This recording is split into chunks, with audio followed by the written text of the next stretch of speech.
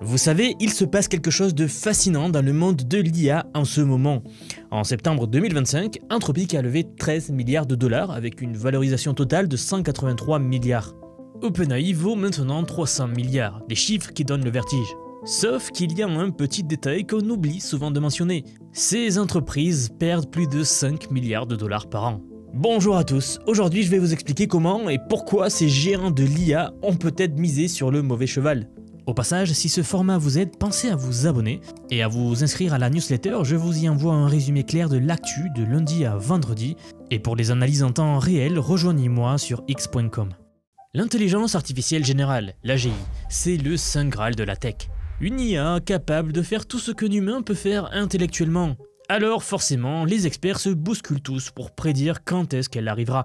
Dario Amodei d'Anthropic nous dit 2026, d'autres parlent de 2040, et certains affirment qu'on y est presque. Vous le savez, je suis franc avec vous, alors voici ce qu'on ne dit pas assez dans le domaine de l'IA. Les technologies actuelles sur lesquelles tout le monde mise ont 3 défauts majeurs qui les empêchent fondamentalement d'atteindre l'AGI aujourd'hui. Commençons par le problème dont personne ne veut vraiment parler dans la Silicon Valley, à savoir l'injection de prompts. En octobre 2025, des chercheurs ont découvert une attaque baptisée Comet Jacking, et qui permet de transformer le navigateur IA de Perplexity en voleur de données en un seul clic. Un simple lien malveillant et hop, votre assistant IA commence à exfiltrer vos emails et votre calendrier sans que vous vous en rendiez compte. Et le plus drôle, ou le plus inquiétant, ça dépend d'où vous regardez, c'est que l'attaque utilise un encodage en base 64, qui est assez trivial pour contourner les protections. C'est une faille de sécurité majeure. Microsoft a subi l'attaque EchoLeak début 2025, une vulnérabilité 0 clic dans Copilot. 0 clic, si vous ne le savez pas, c'est assez hallucinant, ça veut dire que vous n'avez même pas à cliquer sur le lien. Quelqu'un vous envoie un email avec des instructions cachées dans les métadonnées, et votre assistant IA commence à exfiltrer toute votre base de données CRM vers l'attaqueur. Salesforce aussi a eu droit à sa propre version baptisée Forced Leak, avec un score de gravité de 9,4 sur 10. Un véritable festival de failles de sécurité. Le WASP, l'organisation qui établit les standards de sécurité sur le web, a classé l'injection de prompt IA comme la vulnérabilité numéro 1 pour les applications d'IA. Numéro 1, parce que voyez-vous, ces modèles ne peuvent tout simplement pas distinguer entre vos instructions légitimes et des instructions malveillantes cachées dans les données qu'ils traitent. Pour vous donner une image assez simple à comprendre, c'est comme si votre cerveau ne pouvait pas faire la différence entre vos propres pensées d'un côté et celles de quelqu'un d'autre qui vous murmure à l'oreille. Forcément, des entreprises entières se sont créées uniquement pour essayer de limiter les dégâts. En 2025, on compte en moyenne 3,3 incidents de sécurité par jour liés aux agents IA dans environ 3000 entreprises américaines. Mais les experts estiment que c'est la partie émergée de l'iceberg.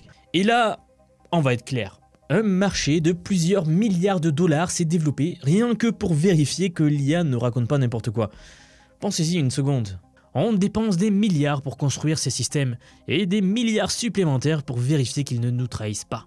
Ensuite, nous avons le deuxième problème qui lui est encore plus pervers, les hallucinations. Écoutez bien, en 2025, une étude a révélé quelque chose de vraiment dérangeant. Les modèles les plus récents et les plus sophistiqués en IA hallucinent plus que les anciens. Le modèle O4 mini d'OpenAI par exemple, taux d'hallucination de 48%. Le modèle O3, c'est 33%, soit le double des modèles précédents. Nous parlons de versions qui sont censées être plus intelligentes, celles qui raisonnent à travers les problèmes. Mais on dirait que plus elles deviennent complexes et plus elles hallucinent. Je vous en avais déjà parlé récemment, mais ce mois-ci, en octobre 2025, Deloitte, un vrai géant parmi les géants, a dû réviser un rapport gouvernemental commandité par l'Australie pour 440 000 $. Et tout ça parce que leur IA avait inventé des sources académiques et une citation d'un jugement fédéral qui n'existait tout simplement pas. Et dans ce rapport assez hallucinant qui a été rendu public, on y apprend que ce même cabinet de conseil a dû rembourser une partie importante du montant au gouvernement australien.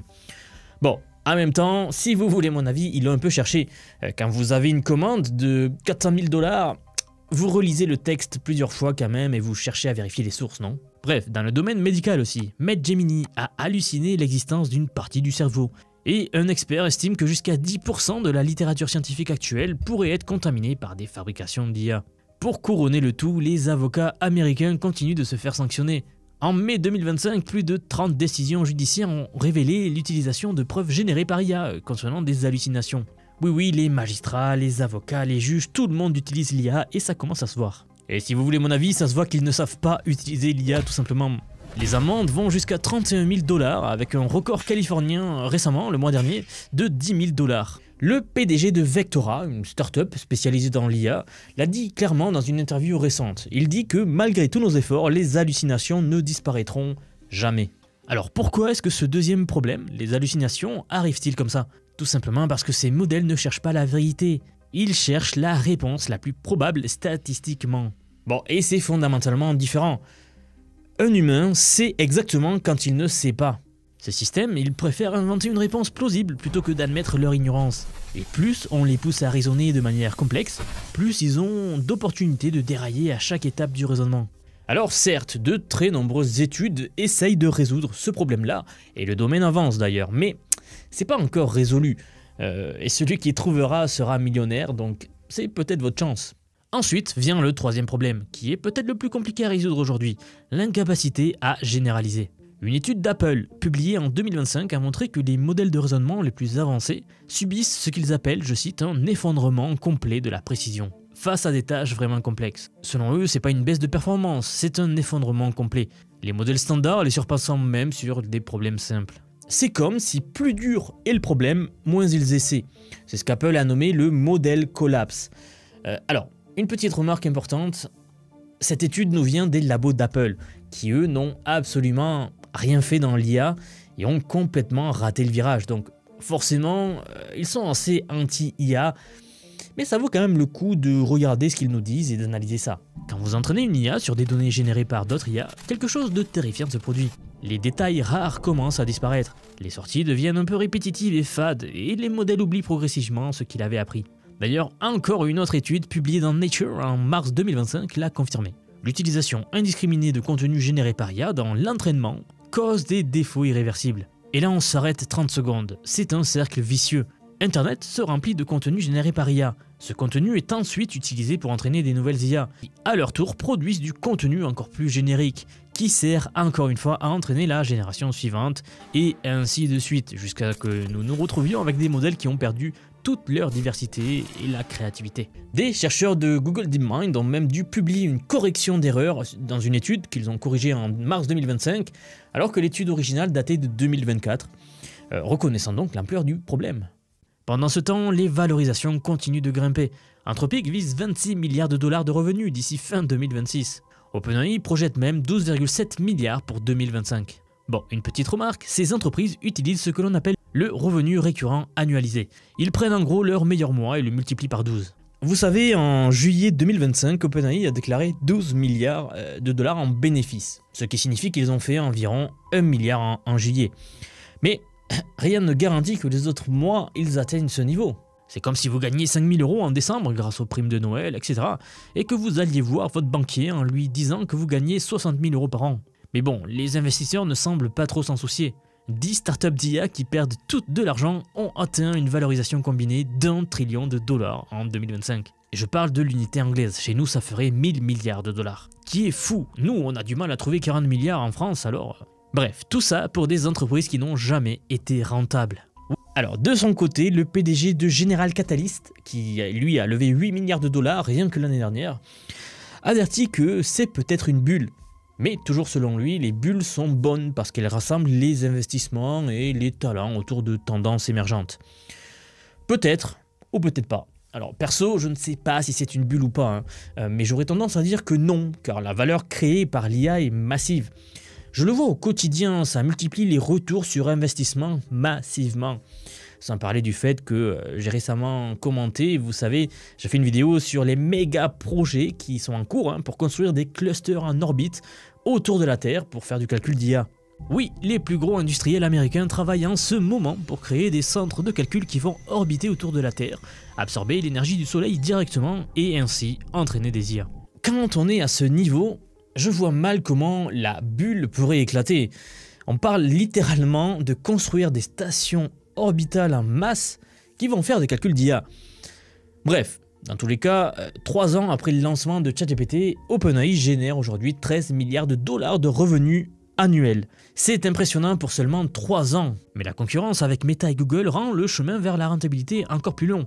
Et les entreprises continuent de brûler de l'argent pour construire des modèles toujours plus gros, en espérant que la taille seule résoudra le problème fondamental. Mais dans tous les cas, si on veut que ça marche sur le long terme, il faut arriver à résoudre les 3 problèmes que je viens de vous présenter aujourd'hui. Donc l'injection de prompts, les hallucinations et l'incapacité à généraliser. Ce ne sont pas des bugs logiciels, mais des défauts à corriger, oui. Juste pour récapituler très rapidement. L'injection de prompt existe parce que ces modèles ne peuvent pas distinguer entre instructions et données. Les hallucinations existent parce qu'ils prédisent statistiquement au lieu de rechercher la vérité. Et l'incapacité à généraliser existe parce qu'ils interpolent leurs données d'entraînement au lieu d'extrapoler vers de nouveaux domaines. Alors la question maintenant c'est où est-ce que tout cela nous mène? Probablement pas vers l'AGI en 2026, du moins peut-être pas avec l'approche actuelle. Les chercheurs parlent de réseaux de raisonnement abstrait, de modèles monde, de raisonnement neurosymbolique, etc. Plein de nouvelles façons de faire pour passer à l'étape suivante du développement de l'IA. Mais nous n'y sommes pas encore, et les milliards investis dans l'approche actuelle pourraient être un détour coûteux. Mais dans tous les cas, ce qui est certain, c'est que l'IA actuelle, malgré tout cela, excelle dans énormément de tâches. Je vous cache rien en vous disant ça. Elle continue de s'améliorer. Regardons les choses en face. Est-ce que ces 3 problèmes signifient qu'il faut ignorer l'IA dans votre vie professionnelle ou personnelle? Absolument pas. Ça signifie qu'il faut savoir utiliser intelligemment, comprendre ses limites, exploiter ses forces tout en étant conscient de ses faiblesses. Vous devez réaliser que maîtriser l'IA ne consiste pas à lui faire aveuglément confiance, mais à savoir quand et comment l'utiliser efficacement, à apprendre à tirer parti de cette technologie sans tomber dans ses pièges. Et justement, j'ai quelque chose pour vous. J'aimerais vous dire que depuis quelques mois déjà, j'ai construit un programme d'apprentissage unique. Je vous apprends l'IA sous tous ses aspects. C'est un parcours pensé pour vous transmettre tout ce que je sais. Alors non seulement sur les modèles comme ChatGPT, Gemini de Google, Grok que l'on vient de voir, mais bien d'autres. Je vous montre surtout en fait la manière de les intégrer concrètement dans votre vie, dans votre travail, dans vos projets. Et ce, que vous soyez salarié, indépendant, entrepreneur ou même à la retraite, nous avons beaucoup de retraités dans la communauté. J'ai récemment sorti la plus grosse mise à jour à ce jour de la formation. Ça fait un petit moment que j'en parlais, mais ça y est, elle est là, elle est en ligne. Donc un module entièrement dédié à l'automatisation par IA. Autrement dit, la création des agents IA, des espèces de salariés virtuels qui vont travailler pour vous et tout faire pour vous. En somme, vous faire gagner des heures et des heures et des heures. Vous êtes déjà plus de 4500 personnes à avoir rejoint ce programme, donc nous approchons des 5000, merci pour le soutien. Et enfin, sachez qu'il n'y a pas besoin d'être développeur, pas besoin d'avoir un profil technique, je vous prends par la main, et pas à pas, avec des leçons vidéo claires, des cas pratiques concrets, on voit tout ce qui touche à l'IA. Dernier point, mais pas des moindres, si vous nous rejoignez aujourd'hui, vous aurez accès à toutes les évolutions du futur sans surcoût, accès illimité à vie à tout ce que je veux vous apprendre.